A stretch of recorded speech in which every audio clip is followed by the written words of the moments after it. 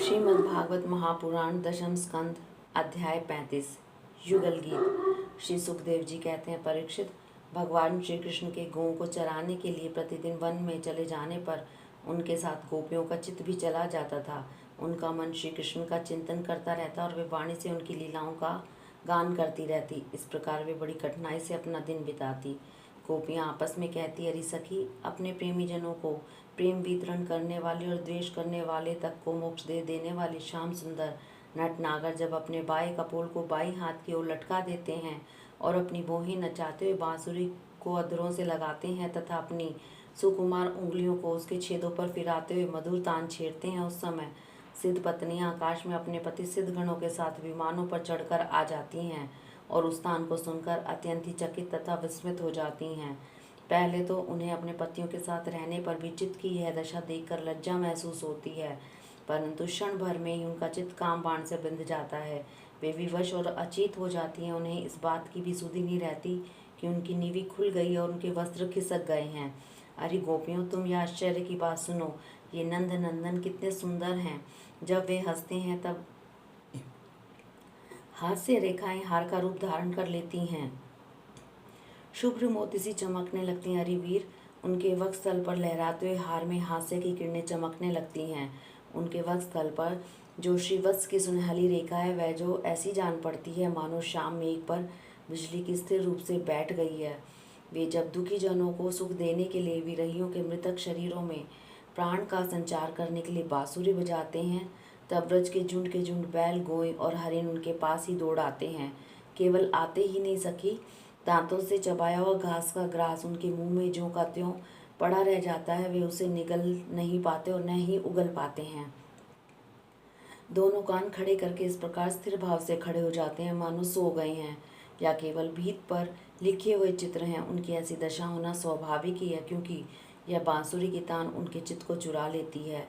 हे सखी, जब वे नंद के लाडले लाल अपने सिर पर मोरपंख का मुकुट बांध लेते हैं, घुंघराली अलकों में फूल के गुच्छे सौंप लेते हैं, रंगीन धातुओं से अपना अंग अंग रंग लेते हैं और नए नए पल्लवों से ऐसा वेश सजा लेते हैं जैसे कोई बहुत बड़ा पहलवान हो, और फिर बलराम जी तथा ग्वाल बालों के साथ बांसुरी में गौओं का नाम ले लेकर उन्हें पुकारते हैं, उस समय प्यारी सखियों, नदियों की गति भी रुक जाती है। वे चाहती हैं कि वायु उड़कर हमारे प्रियतम के चरणों की धूलि हमारे पास पहुंचा दे और उसे पाकर हम निहाल हो जाएं, परंतु सखियों, वे भी हमारे ही जैसी मंद भागनी हैं। जैसे नंद नंदन श्री कृष्ण का आलिंगन करते समय हमारी भुजाएं कांप जाती हैं और जड़ता रूप संचारी भाव का उदय हो जाने से हम अपने हाथों को हिला भी नहीं पाती, वैसे ही वे भी प्रेम के कारण कांपने लगती हैं। दो चार बार अपनी तरंग रूप भुजाओं को कांपते कांपते उठानी तो अवश्य है, परंतु फिर विवश होकर स्थिर हो जाती हैं, प्रेम आवेश से स्तंभित हो जाती हैं। अरिवीर, जैसे देवता लोग अनंत और अचिंत्य ऐश्वर्यों के सौम्य भगवान नारायण की शक्तियों का गान करते हैं, वैसे ही ग्वालवाल अनंत सुंदर नट नागर श्री कृष्ण की लीलाओं का गान करते रहते हैं। वे अचिंत्य ऐश्वर्य संपन्न श्री कृष्ण जब वृंदावन में विहार करते रहते हैं और बांसुरी बजाकर गिरिराज गोवर्धन की तराई में चरती हुई गौओं का नाम ले लेकर पुकारते हैं, उस समय वन के वृक्ष और लताएं फूल और फलों से लग जाती हैं। उनके भार से डालियां झुककर धरती छूने लगती हैं, मानो प्रणाम कर रही हूँ। वे वृक्ष और लताएं अपने भीतर भगवान विष्णु की अभिव्यक्ति सूचित करती हैं। प्रेम से फूल उठती हैं, उनका रोम रोम खिल उठता है और सबके सब मधु धाराएं उड़ेलने लगती हैं। अरे सखी, जितनी भी वस्तुएं संसार में या उसके बाहर देखने योग्य हैं, उनमें सबसे सुंदर, सबसे मधुर, सबके शिरोमणि हैं ये हमारे मनमोहन। उनके सांवले ललाट पर केसर की खोर कितनी फबती है, बस देखती ही जाती हैं। गले में घुटनों तक लटकती हुई वनमाला, उनमें पिरोई हुई तुलसी की दिव्य गंध और मधुर मधुर मत वाले होकर झुंड के झुंड भोरे बड़े मनोहर एवं उच्चस्वर से गुंजान करते रहते हैं। हमारे नटनागर श्याम सुंदर भोरों की उस गुनगुनाहट का आदर करते हैं और उन्हीं के स्वर में स्वर मिलाकर अपनी बांसुरी फूंकने लगते हैं। उस समय सखी, उस मुनिजन मोहन संगीत को सुनकर सरोवर में रहने वाले सारस, हंस आदि पक्षियों का भी चित्त उनके हाथ से निकल जाता है, छिन जाता है।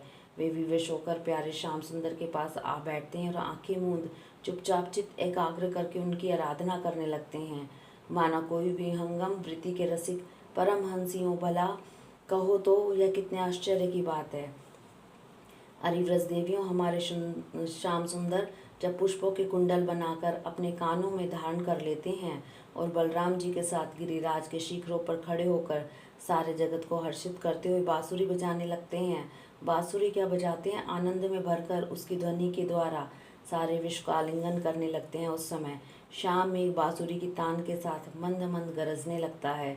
उसके चित्त में इस बात की शंका बनी रहती है कि कहीं मैं जोर से गर्जना कर दूं और वह कहीं बांसुरी की तान के विपरीत पड़ जाए, उसमें बेसुरापन ले आए, तो मुझसे महात्मा श्री कृष्ण का अपराध हो जाएगा। सखी, वह इतना ही नहीं, जब वह देखता है कि हमारे सकर घनश्याम को घाम लग रहा है, तब वह उनके ऊपर आकर छाया कर लेता है, उनका छत्र बन जाता है। अरे वीर, वह तो प्रसन्न होकर बड़े प्रेम से उनके ऊपर अपना जीवन ही निछावर कर देता है।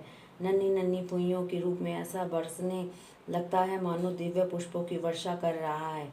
कभी कभी बादलों की ओट में छिपकर देवता लोग भी पुष्प वर्षा कर जाया करते हैं। सती शिरोमणि यशोदा जी तुम्हारे सुंदर कुंवर ग्वाल बालों के साथ खेल खेलने में बड़े निपुण हैं।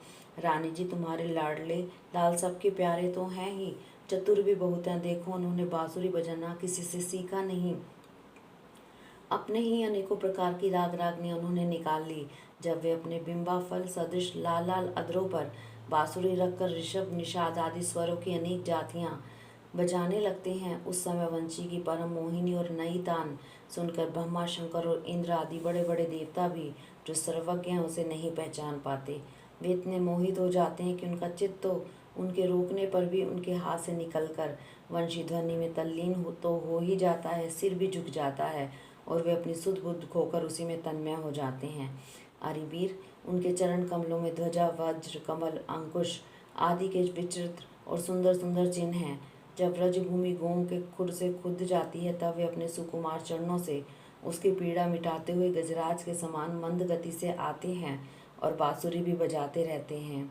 उनकी वह वंशी ध्वनि, उनकी वह चाल और उनकी वह विलास भरी चितवन हमारे हृदय में प्रेम की मिलन की आकांक्षा का आवेग बढ़ा देती है। उस समय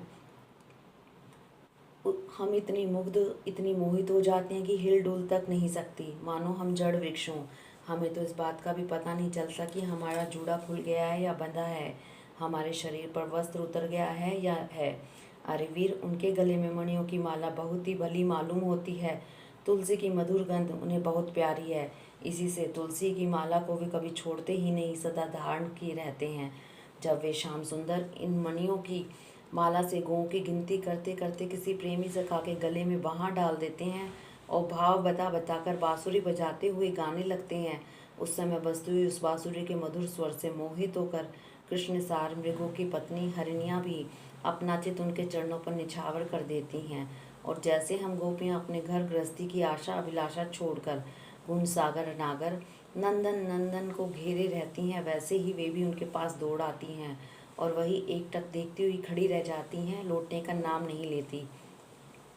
नंद रानी यशोदा जी, वास्तव में तुम बड़ी पुण्यवती हो, तुम्हें तो ऐसे पुत्र मिले हैं। तुम्हारे वे लाडले बड़े प्रेमी हैं, उनका चित्त बड़ा कोमल है। वे प्रेमी सखाओं को तरह तरह से हास परिहास के द्वारा सुख पहुंचाते हैं। कुंदकली का हार पहनकर जब वे अपने को विचित्र वेश में सजा लेते हैं और ग्वाल बाल तथा गौं के साथ यमुना जी के तट पर खेलने लगते हैं, उस समय मल्य चंदन के समान शीतल और सुगंधित स्पर्श से मंद मंद अनुकूल बहकर वायु तुम्हारे लालच की सेवा करती है और गंधर्वादी उपदेवता वंशी जनों के समान गा गाकर उन्हें संतुष्ट करते हैं तथा अनेकों प्रकार की भेंटें देते हुए सब ओर से घेर कर उनकी सेवा करते हैं। अरे सखी, श्याम सुंदर व्रज की गौओं से बड़ा प्रेम करते हैं, इसलिए तो उन्होंने गोवर्धन धारण किया था। अब वे गौओं को लौटाकर आते ही होंगे। देखो, सायकाल हो चला है, तब इतनी देर क्यों होती है सखी? रास्ते में बड़े बड़े ब्रह्मा आदि वयोवृद्ध और शंकर आदि ज्ञान वृद्ध उनके चरणों की वंदना जो करने लगते हैं। अब गौं के पीछे पीछे बांसुरी बजाते हुए वे आते ही होंगे, ग्वाल बाल उनकी कीर्ति का गान कर रहे होंगे। देखो ना, यह क्या आ रहे हैं। गौं के खुरों से उड़ उड़कर बहुत सी धूल वनमाला पर पड़ गई है। वे दिन भर जंगलों में घूमते फिरते थक गए हैं, फिर भी अपनी शोभा से हमारी आंखों को कितना सुखद, कितना आनंद दे रहे हैं। देखो ये यशोदा की कोख से प्रकट हुए सबको आनंदित करने वाले चंद्रमा, हम प्रेमी जनों की भलाई के लिए, हमारी आशा अभिलाषाओं को पूर्ण करने के लिए ही हमारे पास चले आ रहे हैं। सखी देखो कैसा सुंदर है, मद भरी आंखें कुछ चढ़ी हुई हैं, कुछ कुछ ललाई लिए हुए कैसी भली जान पड़ती हैं, गले में वनमाला लहरा रही है। सोने के कुंडलों की कांति से वे अपने कोमल कपोलों को अलंकृत कर रहे हैं। इसी से मुंह पर अधपके बेर के समान कुछ पीलापन जान पड़ता है और रोम रोम से, विशेष करके मुख कमल से प्रसन्नता फूट पड़ती है। देखो वे अब अपना सखा ग्वाल बालों का सम्मान करके उन्हें विदा कर रहे हैं। देखो देखो सखी, व्रज विभूषण श्री कृष्ण गजराज के समान मधुभरी चाल से इस संध्या वेला में हमारी ओर आ रहे हैं। अब व्रज में रहने वाले गौं का, हम लोगों का दिन भर का असहाय विरह ताप मिटाने के लिए उदित होने वाली चंद्रमा की भांति ये हमारे प्यारे श्याम सुंदर समीप चले आ रहे हैं। श्री सुखदेव जी कहते हैं, परीक्षित, बड़ भागनी गोपियों का मन श्री कृष्ण में ही लगा रहता था। वे श्री कृष्णमय हो गई थी। जब भगवान श्री कृष्ण दिन में गौं को चराने के लिए वन में चले जाते, तब वे उन्हीं का चिंतन करती रहती और अपनी अपनी सखियों के साथ अलग अलग उन्हीं की लीलाओं का गान करके उसी में रम जाती। इस प्रकार उनके दिन बीत जाते। हरिओम तत्सत।